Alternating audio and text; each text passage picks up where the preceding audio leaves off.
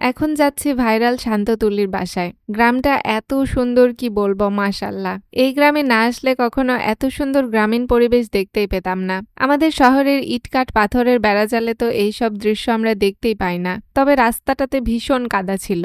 আসসালামু আলাইকুম, সবাই কেমন আছেন? আশা করছি সবাই অনেক ভালো আছেন। আর একটু কিছুক্ষণ আগে আসলেই ভাইরাল শান্ততুলির সঙ্গে আমার দেখা হয়ে যেত। শান্ত ভাইয়ার মায়ের সঙ্গে আমার দেখা হলো। মাশাআল্লাহ, ওনার ব্যবহার এতটা অমায়িক এবং মানুষটা একদম সহজ সরল, খুবই ভালো একজন মানুষ। ব্যক্তিগতভাবে আন্টিকে আমার খুবই ভালো লেগেছে। উনি অনেকক্ষণ দাঁড়িয়ে থেকে আমাদের সঙ্গে গল্প করলেন। কিন্তু আমাদেরই হয়তোবা নসিবটা একটু খারাপ যে আজকে একটুর জন্য আমাদের শান্ততুল্লির সঙ্গে দেখা হলো না। তবে আমার যতটুকু মনে হলো শান্ত ভাইয়ার বাসাটা একদম ফাঁকা জায়গায়, আর জায়গাটা খুবই সুন্দর। কয়েকদিন যাবৎ বৃষ্টি হওয়ার কারণে রাস্তাটা ভীষণ খারাপ ছিল, কিন্তু প্রাকৃতিক দৃশ্যের দিক থেকে বলতে গেলে এক নাম্বার একটা জায়গা। আমার সঙ্গে আমার আম্মুও এসেছে। আম্মু অনেক এক্সাইটেড ছিল। অনেক দূরের জার্নি আমরা করে এসেছি, তো আমাদের এখানে এসে যখন দেখা হলোই না, তো আমরা শান্ত ভাইয়ের মায়ের সঙ্গে দাঁড়িয়ে থেকে কিছুক্ষণ গল্প করলাম। নওগাঁ থেকে ভালোবাসার টানে শুধুমাত্র এত দূর চলে এসেছি, কিন্তু এই মানুষটার সঙ্গে আমার দেখা হলো না, এটা আক্ষেপ থাকবে। তবে এটাও ঠিক, ভাগ্যে থাকলে অবশ্যই এক না একদিন দেখা হবে আমাদের। তো এরপরে আমরা চলে আসলাম শাহিদা মামুন ভাবির বাড়িতে। শাহিদা ভাবির ব্যবহার এতটা ভালো কি বলবো, আমরা যে এত দূর থেকে এসেছি মনেই হচ্ছিল না আমরা অপরিচিত। মনে হচ্ছিল আমরা কতদিনের চেনা জানা, কতদিনের পরিচিত। এক কথায় খুবই ভালো। ওনার এই ছোট্ট বাড়িটাতে ঢুকে আমি বেহেশতি শান্তি পেয়েছি, কারণ এই বাড়িটাতে সত্যিই শান্তি আছে। এতটা গোছগাছ আর সিমসাম করে রেখেছেন উনি বাড়িটা, দেখলে বোঝা যাবে যে একজন আদর্শ গৃহিণীর বাড়ি এটা।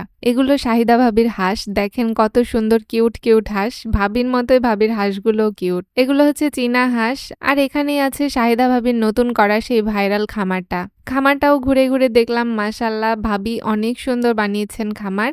আর গ্রামে বেশিরভাগই শুধু বাঁশ আর বাঁশের ঝাড়। বিশাল একটা খামার বানিয়েছে ভাবি। মাশাআল্লাহ, ওনাকে আল্লাহ বরকত দান করুক। শাহিদা ভাবির সঙ্গে দেখা করার পরে আমরা বের হচ্ছিলাম, তো রাস্তাতেই চোখে পড়লো একটা আজব জিনিস, আপনাদের সঙ্গেও শেয়ার করি। এগুলো চাল কুমড়া। দেখেন চালের উপরে কত বড় বড় কুমড়া ধরে আছে। নওগাঁতে তো এরকম দৃশ্য আমরা কখনো চোখেই দেখি না, তবে এই গ্রামটাতে এসে দেখতে পেলাম। বেশ কিছুদিন ধরে আমার আর আম্মুর ইচ্ছে ছিল হানিফের কালাভুনা খাওয়ার, তো আমরা চলে যাচ্ছি হানিফের কালাভুনা খাওয়ার জন্য। হানিফ মামার সেই বিখ্যাত কালাভুনা খাওয়ার জন্য আমরা গাড়ি নিয়ে সোজা চলে গেলাম সেই হানিফের কালাভুনার জায়গায়। এই জায়গাটা প্রাকৃতিক দৃশ্য দেখলে মনটা একদম ভরে যাবে।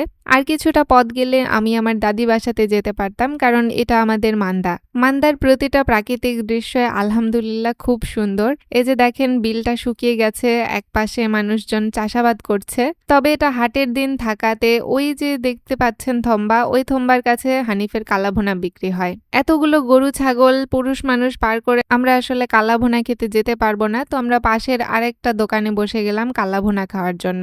গরুর এই কালাভুনাটা মাশাআল্লাহ ভালোই ছিল, কিন্তু সত্যি বলতে কি আপনারা কেউ এত দূর খরচা করে আসবেন না কালাভুনা খাওয়ার জন্য। আমরা অনেকটা পথ খরচা করে এসেছি, কিন্তু আমরা সেরকম ফিডব্যাক পাইনি। আমার মনে হয় বাড়িতে এর থেকে 100% সেরা আমরা কালাভুনা খেতে পারি। তো কোনো রকমে খাওয়া দাওয়া শেষ করে আমি আর আম্মু চলে যাচ্ছিলাম। আকাশে ভীষণ মেঘ ছিল, হয়তোবা বৃষ্টি হবে, বাট এখন তো আকাশ পরিষ্কারই লাগছে। এখন বৃষ্টি হলেও রাতের দিকেই বৃষ্টি হয়। আজকের সারাদিন আমরা বেরিয়েছিলাম ভ্রমণে। আমরা অবশ্য বৃষ্টির কবলে পড়িনি, আলহামদুলিল্লাহ। আমি আর আম্মু উঠে গেলাম নওগাঁতে যাওয়ার জন্য বাসে। আমরা একদম নওগাঁ বাস স্ট্যান্ডে গিয়ে নামবো এখান থেকে। এরপরে চলে আসলাম মিষ্টির দোকানে। এখানে রসমালাই খেতে বসলাম আমি আর আম্মু। আম্মুর রসমালাই খেতে ইচ্ছে হচ্ছিল, তো আমিও ভাবলাম যে আজকে আমরা রসমালাই খেয়েই বাসায় যাব।